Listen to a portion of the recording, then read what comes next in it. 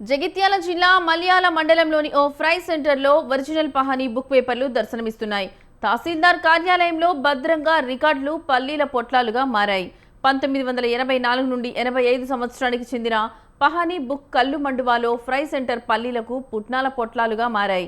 6 నెలల క్రితం ఇదే మండలంలోని ఓ గ్రామానికి చెందిన గ్రామ పాలనాధికారి పాత పహానీలో పేర్లు మార్చిన ఆరోపణలపై సస్పెన్షన్కు గురయ్యారు.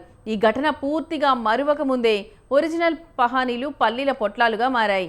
ఎంఆర్ఓ ఆఫీసులో భద్రంగా ఉండాల్సిన పహానీ బుక్కులు బుక్కాగూడాలు తినేందుకు వాడుతున్నారు. ఇక ఇదే అంశానికి సంబంధించిన మరింత సమాచారం మా కరెస్పాండెంట్ సంతోష్ ఫోన్ ద్వారా అందిస్తారు. సంతోష్, చెప్పండి, ఈ అంశానికి సంబంధించి మీ దగ్గర ఉన్న లేటెస్ట్ అప్డేట్స్ ఏంటి? ప్రభుత్వ కార్యాలయాల్లో ఉండాల్సిన కీలక భూ రికార్డు ఓ ప్రైవేటు ఫ్రై సెంటర్లో ప్రత్యక్షమైంది. రెవెన్యూ శాఖ రికార్డుల భద్రతపై ఎంతటి నిర్లక్ష్యం ఉందో చెప్పేటువంటి ఈ ఘటన జగిత్యాల జిల్లాలోకి వెలుగులోకి వచ్చింది.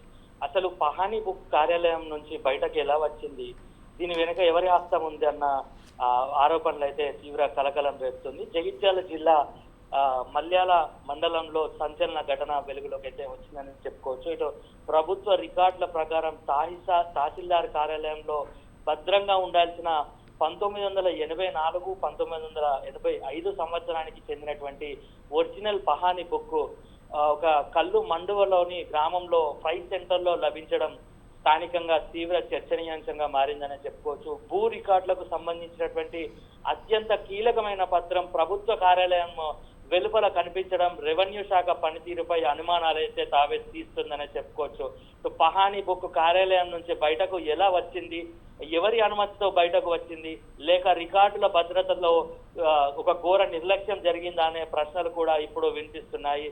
ఇప్పటికే 6 నెలల క్రితం ఇదే మండల పరిధిలోని ఓ గ్రామ పాలన అధికారి పాత పహానీల్లో పేర్లు మార్చిన ఆరోపణలు అయితే సస్పెన్షన్ గురయ్యాడు. ఈ ఘటన మరొక ముందే ఇప్పుడు అసలు పహానీ బుక్ కార్యాలయం బయటకు కనిపించడం మరింత అనుమానాలకు తావితీస్తుందనే చెప్పుకోవచ్చు.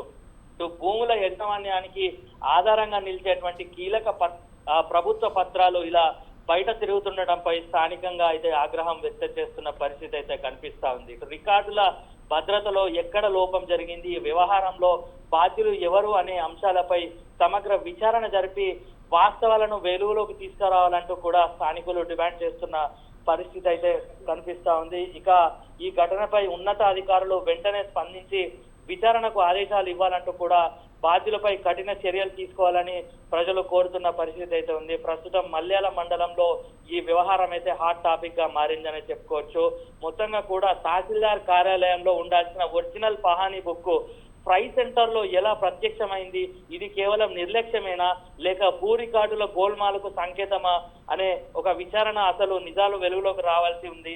మొత్తంగా కూడా ఈ వాస్తవాలను రెవెన్యూ అధికారులు వాస్తవాన్ని బయటకు తీసుకొస్తారా లేక అధికారులను తప్పు చేసిన అధికారులను లోపలనే ఉంచి ఎవరికి తెలియకుండా దీన్ని సెటిల్మెంట్ చేస్తారన్న విషయం అయితే వేచి చూడాల్సిన ఉంది అయితే చెప్పుకోవచ్చు. Right Santosh, thank you for the updates.